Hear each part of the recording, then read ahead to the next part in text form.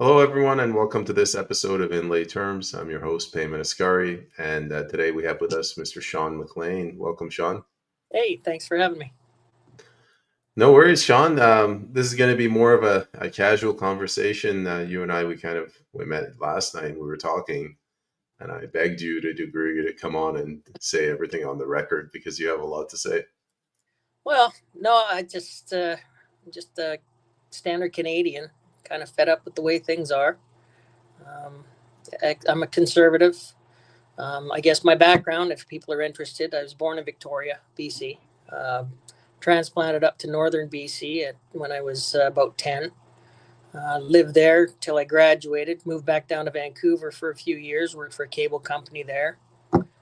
Moved back up to Dawson Creek, Fort St. John area, where I eventually picked up Cablevision again, worked for Shaw for about 10, 15 years, then went into the oil field. And from the oil field, did a bit of work overseas, developing research and development equipment for offshore drilling rigs and such. And then spent a couple of years doing that and then came back to Canada. And at that time, the oil boom had kind of busted around 2014. Everything kind of was really, really difficult.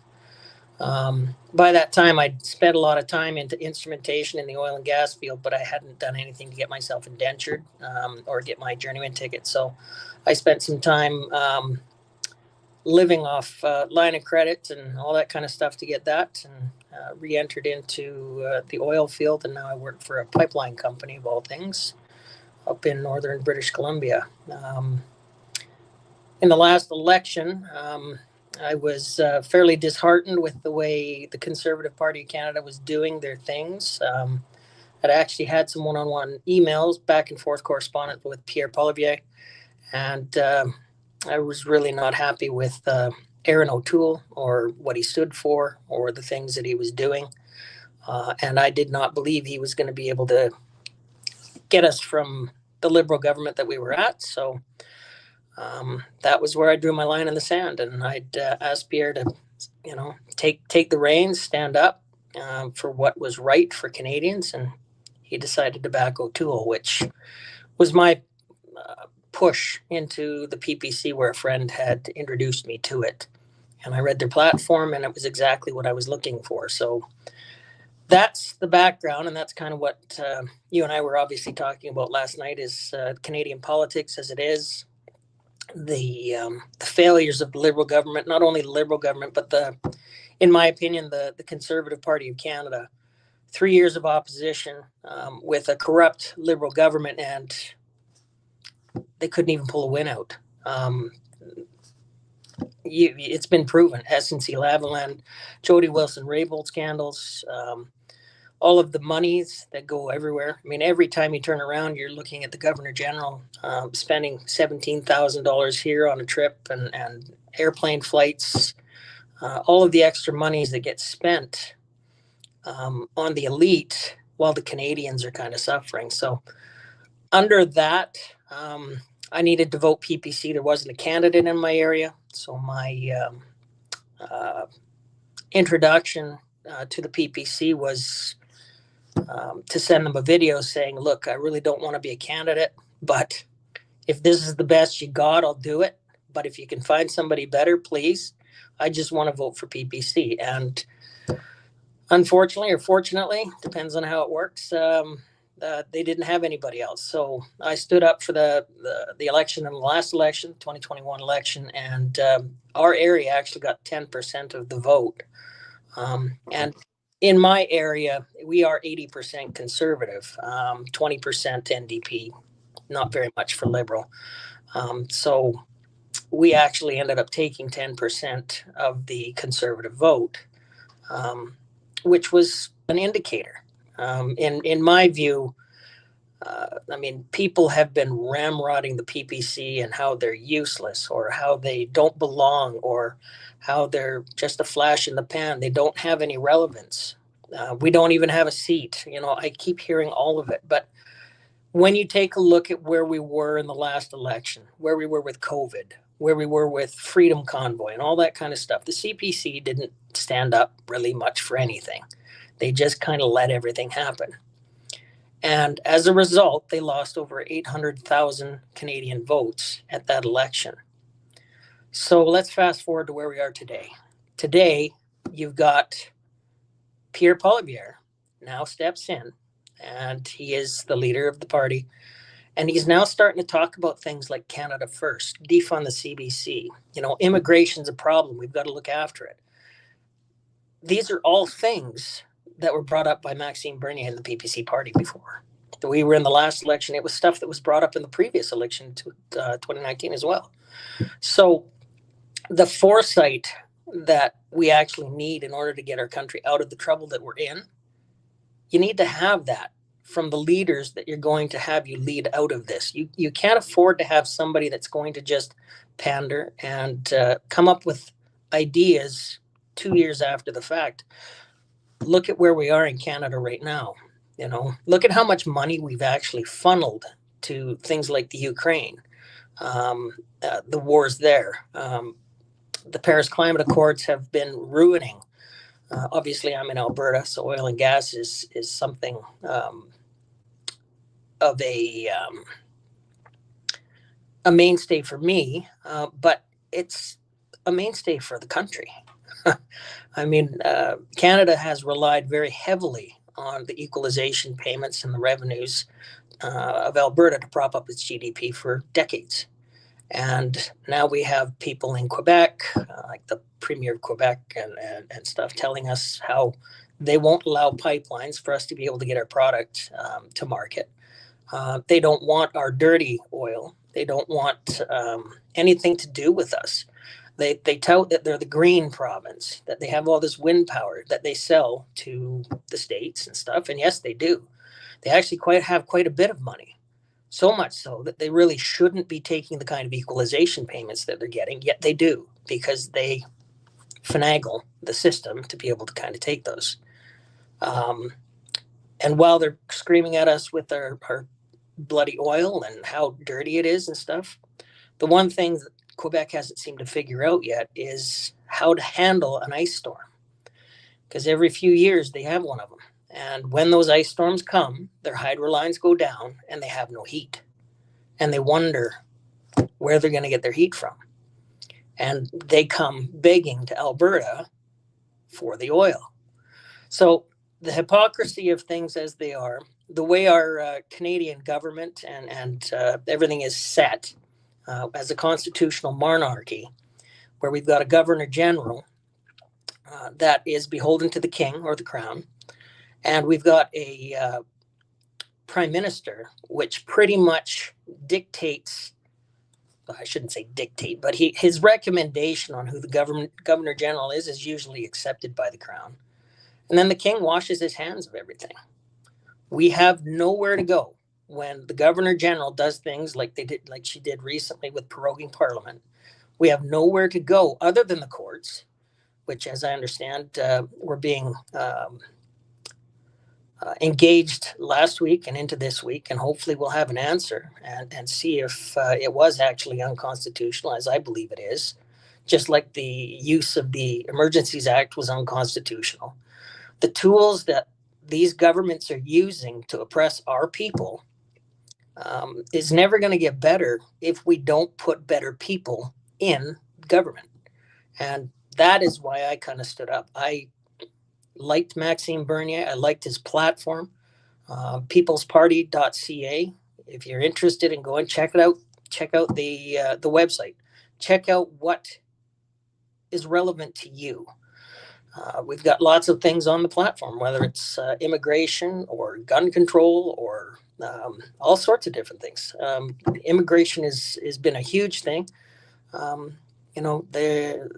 Everybody's worried about this housing crisis. Well, why would you bring more people into Canada if we've got a housing crisis? I was at an event with Maxime Bernier there a couple of weeks ago in Edmonton, and there was a lot of immigrants in the crowd, and a lot of them are very concerned about how the PPC is anti-immigration, and that couldn't be further from the truth.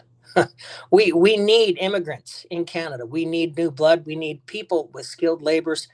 Absolutely, we need them all. But what we don't need is people that have no skill, or they're bringing their families over, which they're expecting us to come up with the thousands of dollars to house them in these houses that don't exist, to provide the money so that they can survive. And we are sympathetic to the people that are being maybe persecuted in their other countries. There's definitely room for asylum and all that kind of stuff, but it's being abused. And not only that, it's being abused by the educational system, in the fact that people come over on a school visa, they get their degree, and then they don't leave. They stick around. And everybody else suffers because we don't have it. So when I talked to Maxine, or when Maxine was answering these questions in Edmonton, the one guy asked him, like, do you not want us? And Maxine's answer was actually very basic and very to the point. He's like, if I live in a house with holes in the walls and I don't have heat to heat the house and I don't have any food to feed my guests, if there's no way that I can make your stay here comfortable, why would I invite you here? I can't support you. If I don't even have enough food for my three kids and my wife, why would I invite 10 more people into my house that I'm responsible to feed? And that's pretty much the crux of where we are, with our policy in the PPC. It has nothing to do with the fact that we don't want immigrants. We could care less about the color of your skin. We just need to be able to build a robust economy and country to the point that we can actually give the aid because we've got extra after we've produced it. But as anybody really knows, when you're building anything, a business or what have you, if you starve all of the seed capital and stuff like that to give to other people, you don't have a company. And that's kind of where we stand right now from the immigration standpoint. So, I mean, I've been rambling, obviously. So I know, I mean, feel free, Payment. Just jump on in if there's anything you want to ask, or any other little things that we talked about last night you want me to kind of bounce in on, or.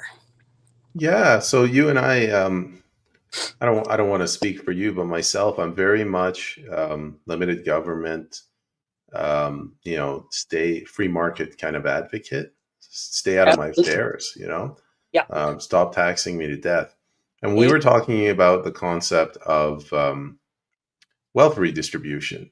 Yep. So you mentioned one example, which I'll get you to speak to in a moment, where the town you were in, money was leaving, it's going to Victoria, and it stays in Victoria and Vancouver. Yep. And then we were expanding that to sort of Ottawa, this whole Ontario Quebec thing where our money goes there. Yep. And I said that equalization, to me, that's like an interprovincial or a national version of wealth redistribution. So we're creating a nation of people that are in a state of arrested development. Yep. You don't really have to work hard to get ahead. Don't worry if you cock up and Yep. you stay home, drink all for 6 months of the year. We'll get somebody else to pay for you. Yep. Yep. And Take it that's away. Yeah, no, that's exactly what it is. I mean, Canada is a socialist country. I mean, take a look at our healthcare system and stuff. It exists, and don't get me wrong. I mean, there are certain times and needs for socialism. I mean, we've got physically and mentally handicapped individuals, or people with disabilities, that they need some help. The elderly, after working a full life, sometimes in our economy they haven't been given what they need, or they haven't taken the initiative to put enough money aside to survive on what they need. Now, I have no problem with helping out people. I think it's our God-given responsibility to do so. The problem I've got is when people have the ability to help themselves and they choose not to because somebody else is willing to step up and give them something so they don't have to work for it. That's when we talk wealth distribution, and what I was mentioning last night, Payment, when we moved from Victoria to Fort St. John Dawson Creek area up here. That was in the late 70s, early 80s, and a lot of the towns, Dawson and Fort St. John, we're surviving with a lot of gravel roads, while Victoria was and Vancouver had paved alleyways. And a lot of people might want to argue the point. Well, of course they've got the population down there. Yes, they do have the population down there, but is it all skilled? And I'm not trying to bash anybody, because there is a lot of skilled labor in in these cities, but the majority of the wealth seems to be generated from resources in our country. There are other things, services and stuff, obviously, but when I look at what the GDP is for Canada and what gets exported and all that kind of stuff, it's usually has to do with, well, Ottawa is a good one for metals and auto parts and stuff like that, or Ontario, sorry.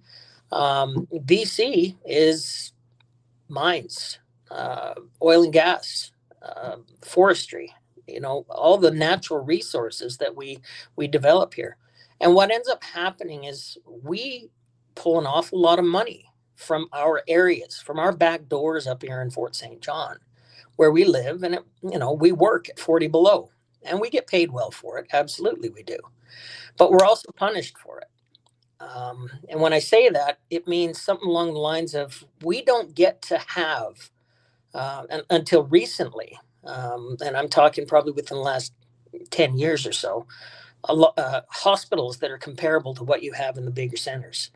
We don't ever get any sporting teams or events. We're starting to see a few things like event centers and stuff like that. One in Dawson Creek came in, I don't know, maybe about 10 years ago. But when we're trying to get doctors and dentists to come up here, they don't want to live here. Because when their kids grow up and they need to go to university, they're going to go to Edmonton, Calgary, Vancouver, Victoria. Prince George it's got its university there as well, which is helpful. But I'm not too sure on the curriculum. But the majority of people are going to these other centers. The problem that we have is that we will never have the money up here to build these things, because the money always goes down to the population centers. And the politicians, knowing where the votes are, will cater to that population. That's how it works.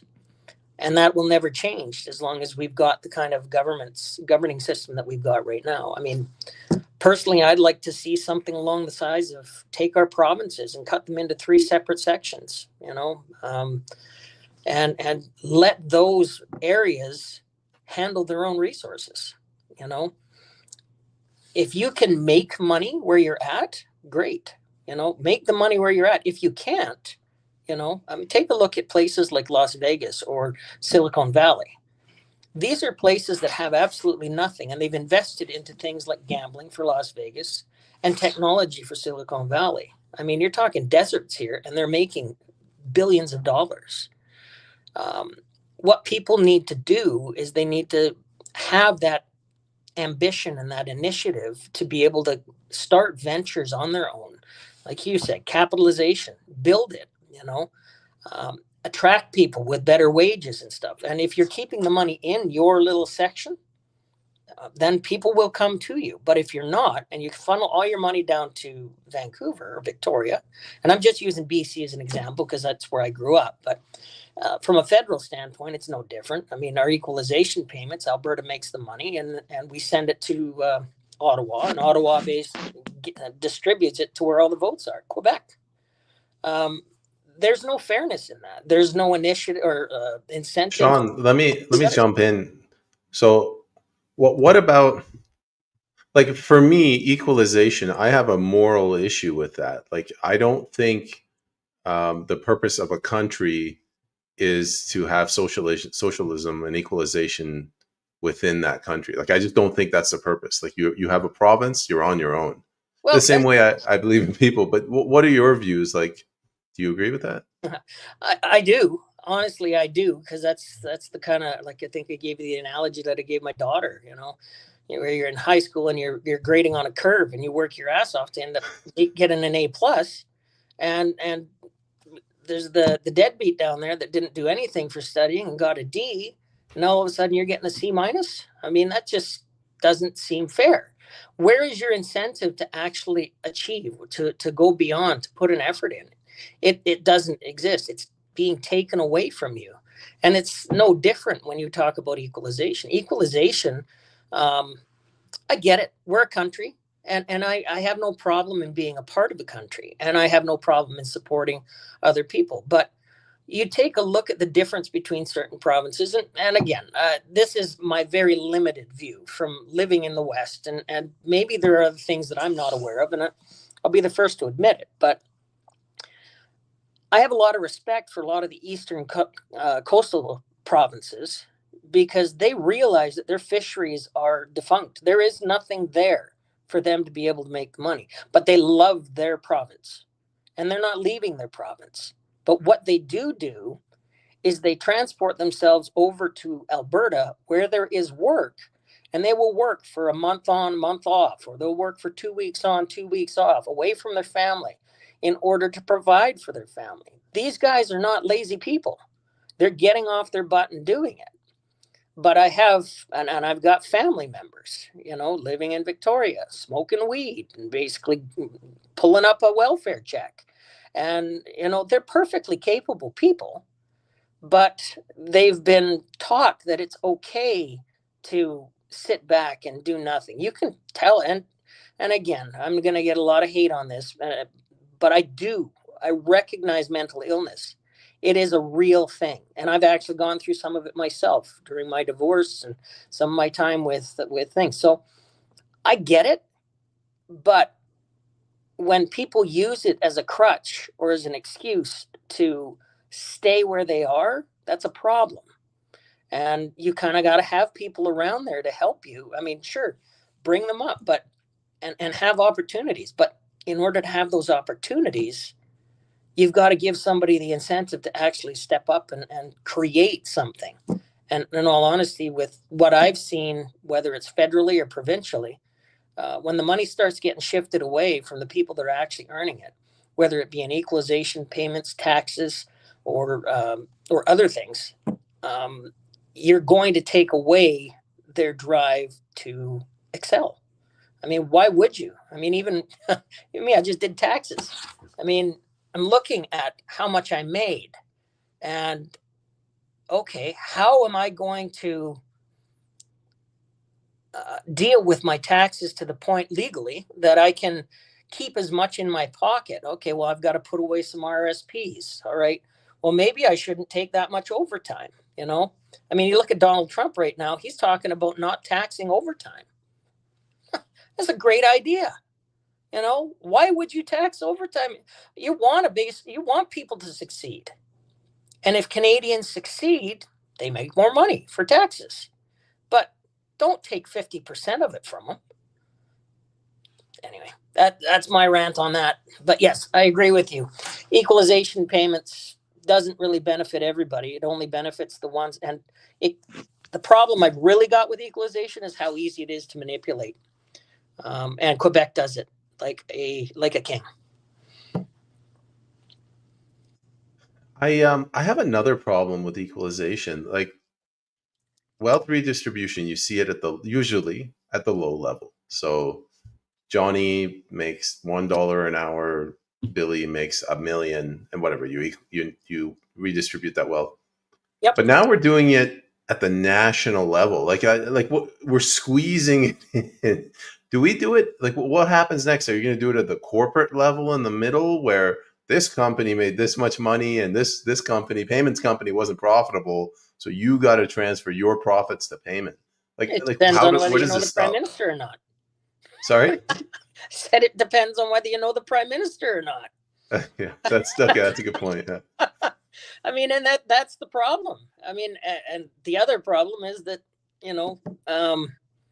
well, that is the problem. I mean, you get corrupt politicians like Trudeau in there, things with the SNC Lavalin, getting rid of his justice minister because she told him, hey, this isn't sound. This isn't legal. You can't do this.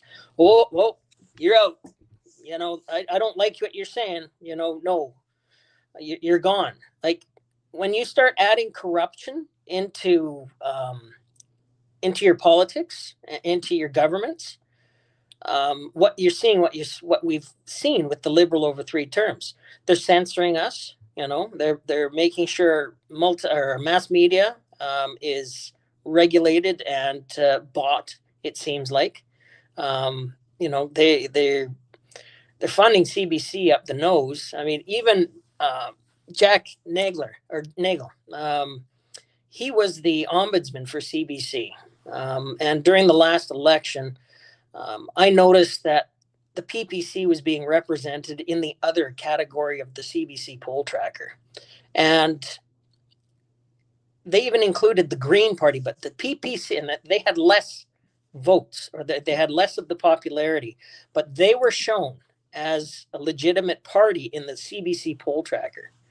The PPC was set as other until I emailed them and I said, this is wrong. It goes against your rules. I quoted them their rules. And then they said, yeah, you're right. We'll put the PPC in, but we're going to wait 3 days to do it. And we're talking, this was about week 3 of a 5-week election. And the whole point of what they were doing is to marginalize our exposure as a party. And they're doing it again with the leadership debate. They did it last time with the leadership debate, and they're doing it again now. There's about, from what I'm told, there's 8 commissioners on that board that are Liberals. And whether it's a coincidence or not, I don't know. But they've changed the rules now so that Maxime Bernier has a harder time to get included into that leadership debate, where we could actually bring our ideas forward so that Canadians could see that there is an alternative and an option. But through the coordination of the government and mainstream media and the pollsters and all of these things, it gets to the point where you're marginalized. I mean, how often do you hear the CPC or the NDP or the Liberals talk about the People's Party of Canada? They don't. They don't want to validate the fact that we're an actual party. They don't want to discuss it. They won't want people bringing up the idea, PPC, what's that? And researching it and finding out, hey, there's a different platform. Holy crap, look at that. That's a platform with actual conservative policies on it. That's kind of where we're at. I'm sorry, I'm getting sidelined, but Jack Nagler basically in his own, that's where I was going with this. Jack Nagler has resigned, retired, whatever. He did that back in December 2024 here. And as he's leaving, he pretty much said that CBC needs to do more to be less biased. This is he says that on his way out after a lifetime of not doing anything. Right. But at least he said it. And it shows you exactly what's happening. We brought it up in 2020. And when I did my research, I looked at how many stories CBC was actually covering for the Conservatives, for the Liberals, for the NDP, for the Green, and for the PPC. And we got virtually no stories. The NDP and the Liberals, they got tons of stories. And the Conservatives, obviously, it was kind of neck and neck with the Liberals. But there is no way they want to acknowledge us and let us basically have that moment to be able to inform Canadians on what it is that we can actually do for the country if we have the opportunity. Yeah, I don't know who thought it was a good idea to give government this much power. So this debates commission, it was I believe it was, It was the king. It was the king and queen monarchy. You're talking like 1867 sort of territory? Yeah, I'm talking right away. I mean, we are still beholden. A lot of people don't realize this, but we are still beholden to the king. We are a constitutional monarchy. That's where the governor general comes in. That is our line to the crown. But we still report to King Charles. I mean, we've got a democracy and stuff like that. But when you go to it and you want to start changing some of the rules, it's got to be done with the king's permission. Right, but I meant like even if we were a republic and somebody had the great idea of why don't we nationalize all the media and why don't we make the debates commission a part of the executive? Mm-hmm. So now the executive that's run by the Liberal Party and they're abusing their authority. And the funny thing is, people are amazed. They're like, I can't believe that they're doing this to shut up Maxime Bernier. I'm like, what are you talking about? You got like 3, 4 progressive parties, you know, the Conservatives, the NDP, the Liberals, and the Greens, and the Bloc. They Mhm. don't want like a centrist, small, limited government party like the People's Party coming up. No. And we had one at one time. It was called the Reform Party of Canada. We were the official opposition at one point in time. And then Stephen Harper sold out to the CPC. I mean, I liked him as a prime minister. I didn't have a problem with him. He's definitely a lot better than Trudeau was. But the fact remains that there's a lot of things that Stephen Harper did to support globalism at that point when he was in there. And now we're to the point where, I mean, the Reform Party was a Western populist based party that gained official opposition status. And at that point, the CPC is like, hey, we need to merge with you. And this is something that I think maybe I don't know how many listeners you've got on the podcast, but this is something that might tweak or maybe they can be informed by this. A lot of people seem to think that Maxime Bernier started the PPC because he had his feelings hurt.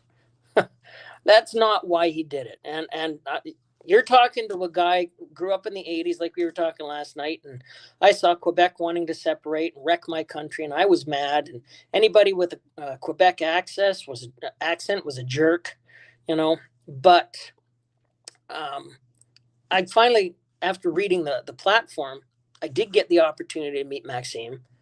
He's one of the nicest guys I've ever met, and he will take the time to have these conversations with you.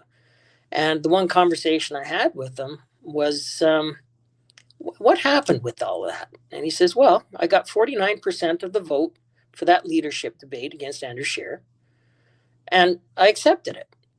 But after that, I went to him and I said, okay, I still got almost 50% of the vote here, which means there's a lot of people, a lot of members here that like my ideas.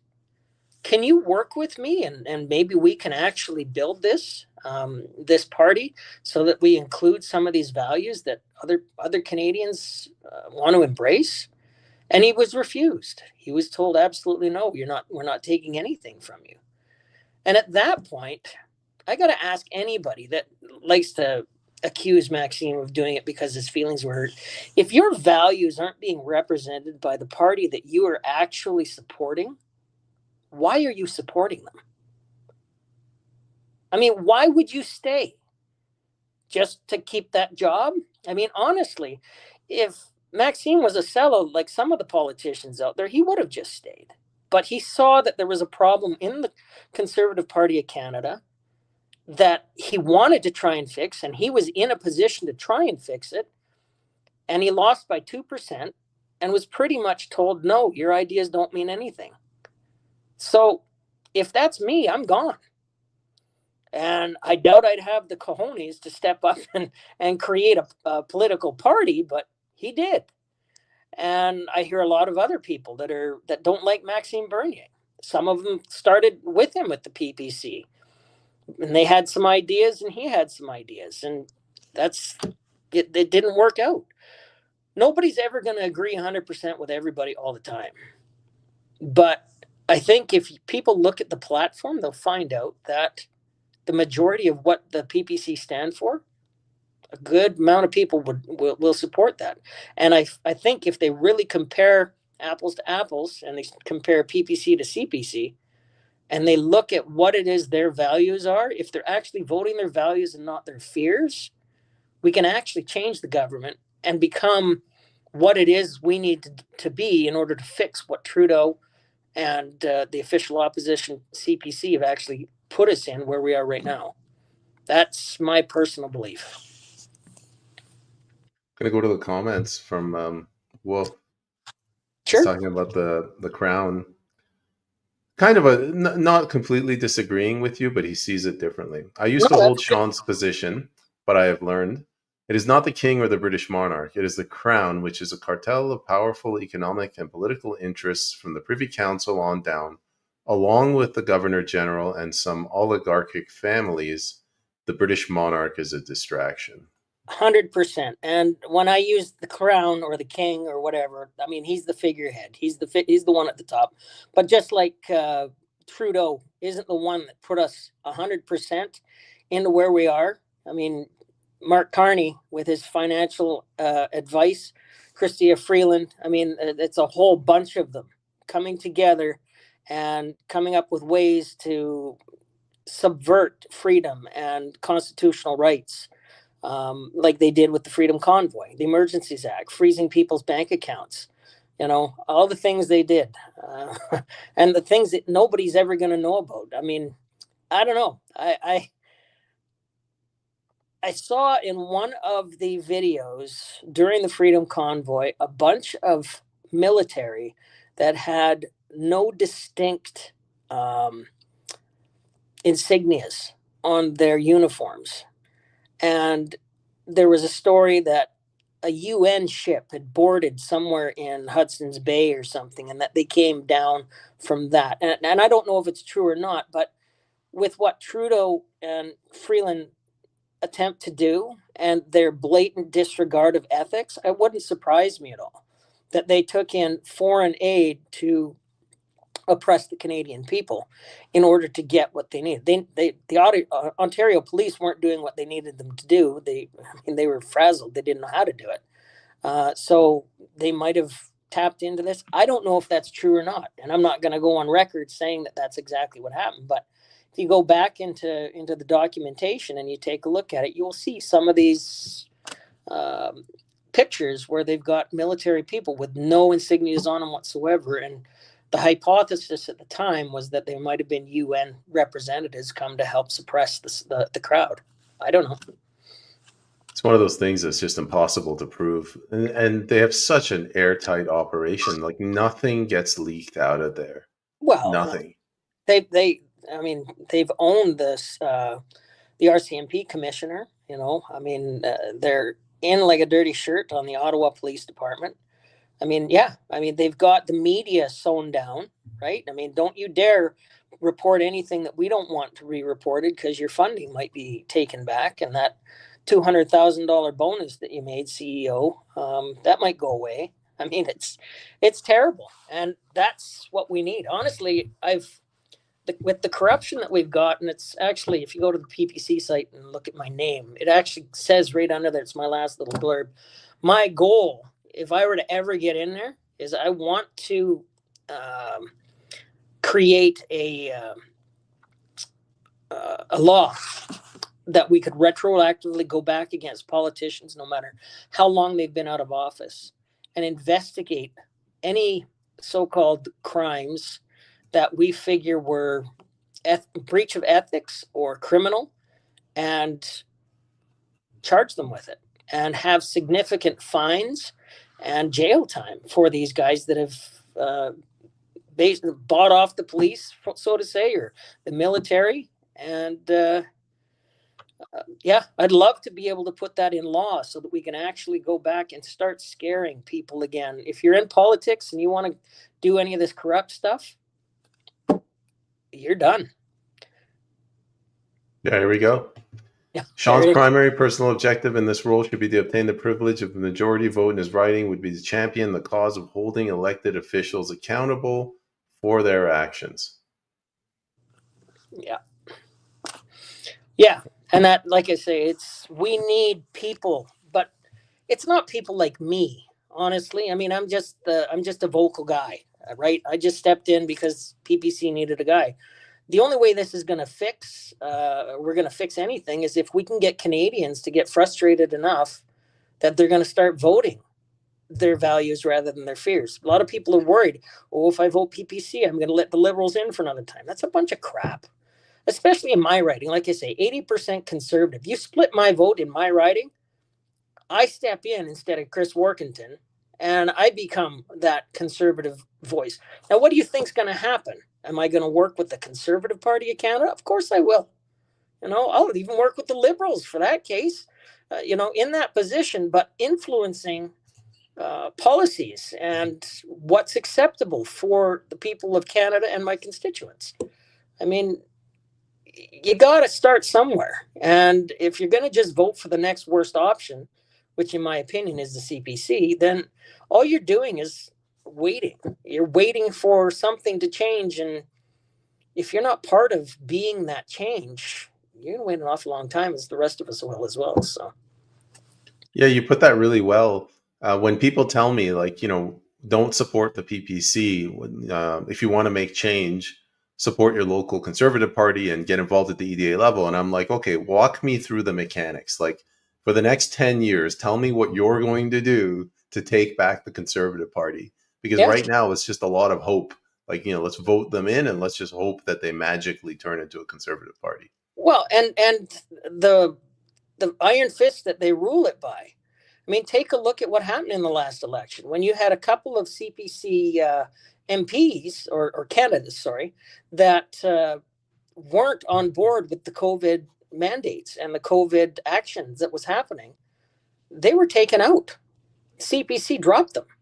There was one guy in the Yukon, and I think there was another one. I can't remember where he was, but I know there was a second one. And you got different views on what they're doing. And don't get me wrong. I mean, yeah, you've got to have some idea of what your policies represent and stuff like that. But take a look at where we're at today. I mean, do those same policies that they got rid of MPs or candidates in the last election apply to this election? No, because we know how much of a sham the COVID mandates were. We know that we were lied to. We know that there's been a lot of money changed hands with drug companies and politicians and people and doctors in order to be able to push what wasn't really scientifically proven after all. But whenever you were a scientist of actual clout, went up against COVID back then, they were smashed down. I mean, we have to stand up for ourselves. You can't expect everybody else to do this for you while you vote CPC and hope that it's going to change. It's like Einstein said, the definition of insanity is doing the same thing over and over again and expecting a different result. For the last 3 terms, people have been doing the same thing over and over again, and we've gotten a Liberal government with a weak CPC opposition that haven't done anything. We've got to step up. And if you don't think it matters, take a look at what happened in the last election. It only took 800,000 votes for Pierre Poilievre to become a conservative. He is now talking about Canada first. He's now talking about immigration is a problem. He's now talking about freedom, and how we need to stand up. The only problem is that he's only doing half measures. He's doing the platitudes that he thinks people want to hear. And in a lot of these big centers and stuff like that, people that have been waiting for Pierre Poilievre, and he's a very charismatic man, a very brilliant man, very smart man. He's a career politician, which a lot of people look as maybe a negative, but I mean, he's a human being and he's a Canadian. So I have a lot of respect for him. However, he's also has no plans on curbing Ukraine payments. He's very interested in doing the working with the UN, working with the World Health Organization, has climate the Paris Accords. All of these things.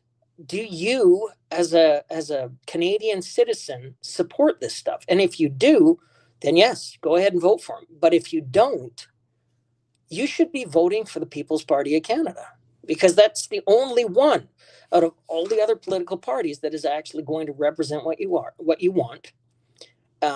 They are about shrinking government. I mean, I don't know what the total is, but it's some god awful number. How many actual CRA auditors Canada actually has? It's in the tens, if not hundreds of thousands. And then you've got Mark Carney talking about how he wants the CRA to do your taxes for you, which is the CRA's main objective is to get your money. And why would you want somebody else filling out your taxes? You keep electing people, whether it's the Liberal Party of Canada or the CPC, and you're going to keep getting what it is you've gotten in the last several elections. The only way we're going to make a change is if we make a change. I've resorted to almost not scaring the voters, but being absolutely honest with them. I'm like, either we make a change and we drastically reduce the size of government, or you're going to see businesses flee the country and go to the US, go to South America, go to Europe. Well, maybe not Europe, but the Middle East, Well, but like somewhere even some of less the socialist. European countries are much better now. I mean, you see all the farmers that are coming out in droves. Did you see in London the other day? They had a big showing of the tractors and stuff like that right downtown London. I mean, people are getting frustrated. This diversity push has not done us any favors as a country, as a global community. It has done nothing but, in a lot of cases, facilitate the normalization of mental ideas. Ideas that don't really support a structure uh, that's going to be sustainable, or that we can actually work on or build an economy on. Like say the housing crisis. You add a housing crisis plus a couple 100,000 immigrants every year, or a million, or something like that. What do you think's going to happen? And then Mark Carney's saying, from what I read, he's talking about another 3 years of running a deficit in order to be able to get to industry and all that back up and running. I mean, what have you been doing for the last 9 years, guys? I mean, something's got Sean, to stop. to go back to you mentioned the oil industry and how you kind of supported Harper as a prime minister. He didn't do anything wrong ish. No. Um, Somebody characterized this really well for me. He said that under Harper, we had an export economy where we exported oil and propped up our dollar. Mm-hmm. And then Trudeau came in and he switched it over to a green economy. And a green economy is not sustainable. It's not cash flow positive. It needs subsidies. So they call it debt financing, but you just get a Yep. loan and you give it to the company, which is called a subsidy. Yep. So the only person that profits in that model is the central banks and the commercial banks. Yeah. Well, and the company. Take a look like Bombardier, or when they did Well, the yeah, the bailout. company too. The bailouts for the auto manufacturers back when they did that.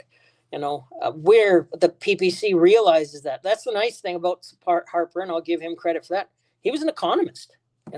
He understood how economy worked. He understood how to do it. And what the Liberals ended up doing after he left, I mean, Harper's biggest issue, in my personal opinion, was that he got too arrogant, and he wouldn't talk to the press, and the press ate him alive, and they were able to turn him. The press is a huge tool. I mean, take a look at how well they're suppressing us as the PPC. They're doing a great job of it. And if you take a look, I mean, it's advertising. It's all advertising. The more you can get out in front of these people and let them know where you are or what you stand for, the more you're going to have them starting to look. The more they look, the more they're going to research. The more they're going to research, the more they're going to share that with their friends. It's like, hey, I noticed this. And then they're going to start looking. And then all of a sudden you got a buzz. And that's how 800,000 voters ended up happening in the last election, built upon the 1% that they got in the election before, which was their first election. So here we are going into our third election, and I expect that we're going to do even better. Are we going to get a seat? Maybe, maybe not. But as long as we grow, we are going to get there. And I think what's happening and what we're seeing right now in Canada is, with the government as despised as it is, there's a lot of people that are willing for a change, even Liberals. But a lot of Liberals don't like Pierre Poilievre. But some of the things that we're actually saying as the PPC, as conservatives, are making sense to some of these people. So it's a weird thing. We're going to have to see how it all kind of plays out. But the best way to keep progressing is just by staying in the game, staying positive, and like I said to that one person during the candidates meeting here yesterday, our policy doesn't really change. If you take a look at the policy from 2019 to 2021 to what we're doing right now, you're not going to see a lot of changes. You'll see certain things have kind of come up and we've tweaked it, but we're based on those four pillars, right? Of freedom and, now I'm going to have to do it. I always get it wrong. Freedom, fairness, and then it's like rights, responsibilities, or respect. I can never get the R's right. Yeah. And but that's kind of where we're at. As long as you build your policies on that, we're going to be fine. The nice thing I like about the PPC too is that they don't actually have a whip. They don't have a party whip, and that Maxime kind of informed me about that in the last election. I mean, he expects his candidates to vote their values for their constituents. He's not going to tell us what to do. I mean, there's some basic things that we have to adhere to within the policy and those 4 pillars, but for the most part, yeah, like he is about creating this party for the people so that we are representing what the people want. And in my personal opinion, living, in the oil field as a grunt and stuff like that, I'm rubbing shoulders with my cohorts and other vendors and contractors and all that kind of stuff, and we're all saying the same thing. We're sick and tired of all of the corruption, the unethical stuff. We're sick and tired of having our money taken from us. We're sick and tired of how big the government is and how it plans on expanding even further. They have not shown their due diligence. They do not stand accountable. And Canadians want people in those places that are accountable. And the only way I could see to do that was to basically jump in and do it. I'm not doing this because I like politics or power. I don't. I'm almost 55. I want to retire, but at the same token, I want a decent country for my kids and their kids. So I've interviewed almost 50 candidates from the PPC now. They're all from different walks of life. They're all ordinary people, and they all have some core competency, whether it's they raise a family, a farm, they're homesteaders. Like there's something about all of the candidates that unites them that's a pure. It's not just I want a pension or I want to get in under the Conservative Party brand and then make some connections. Yep. No, I and that's what I find too. Again, it's just roots. It's like the Reform Party was when it started too. I mean, people were just fed up with being treated like crap. And I think Canadians in general are. The problem is we have to get Canadians to start waking up to the fact that they're the ones that need to make the changes. We can offer what it is we're offering, but it doesn't mean anything if we don't have the support of the Canadians that want it changed. And that's what's going to happen. And that's what we're seeing. Those 800,000, that's enough very strong Canadians standing up in the middle of COVID when everybody else is telling them that that's a bad idea. You don't want to do that. Just, you're going to vote the Liberals in. If you vote for PPC, you're going to split the vote.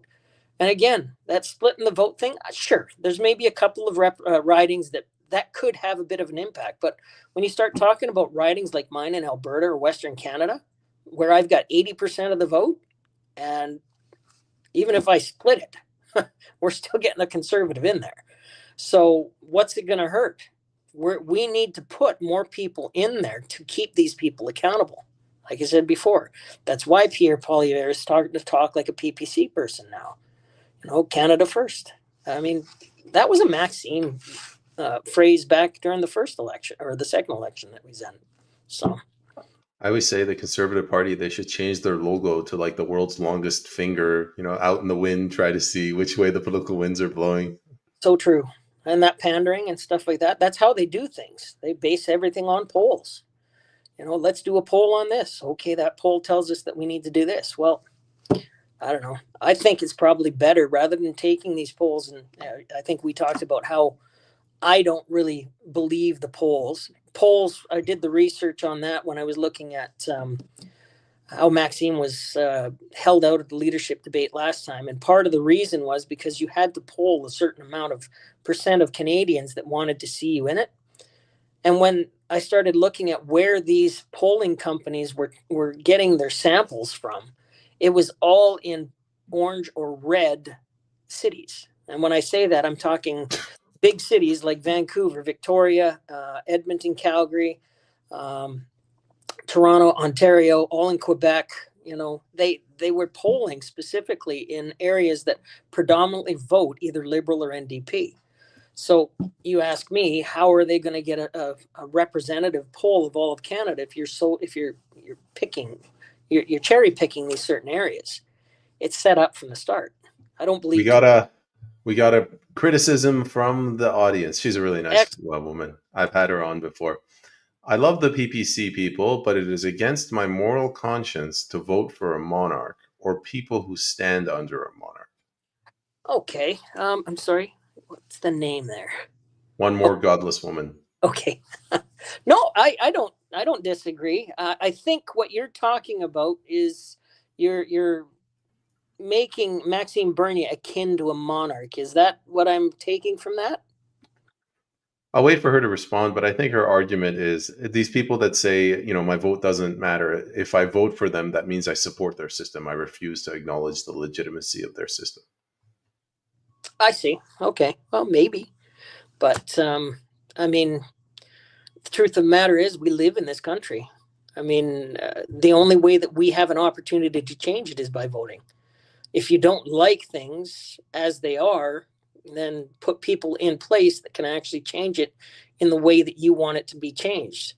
I mean, that's how we have. I mean, we are still a democracy. We're a democratic monarchy, but we are still a democracy. And if enough Canadians get together, we can actually indicate and tell people, including the Crown, what it is we think about it. And I'm with you. I don't want to be in a monarchy anymore. I don't see any value from it. The Governor General is nothing but a post that takes money from Canadians, and when Canadians actually need her, she doesn't do anything because she is beholden to the Liberal Party at this time, just like all of the governor generals seem to be beholden to the prime minister that recommends they get put into place. There is no value, in my opinion, for a governor general because they have never shown any value to me. When we have a problem and we ask them to step up, they just step back and say, you know what, we're not going to do anything. So, yeah, I don't disagree. I have a problem with the monarchy too, but I am willing to try and get into that. And I'd love to see the day. Could you imagine what it would be as if we got a majority PPC government? A majority. I mean, I know we're a long way off from something like that, but could you imagine what we could correct if we had the power to be able to make those changes? We could do things like, who knows, maybe we do want to appeal or do whatever needs to be taken care of to remove ourselves from the Commonwealth. I don't know. It's things to be debated and to discuss and find out what Canada wants. But I know Jamaica was looking at removing themselves from the Commonwealth. I thought they had, but somebody the other day told me that they hadn't done it yet. But I mean, there are avenues to do stuff like that. So yeah, I'm not disagreeing with you, one godless woman. I think the monarchy it doesn't really do an awful lot for us, other than basically keep us oppressed.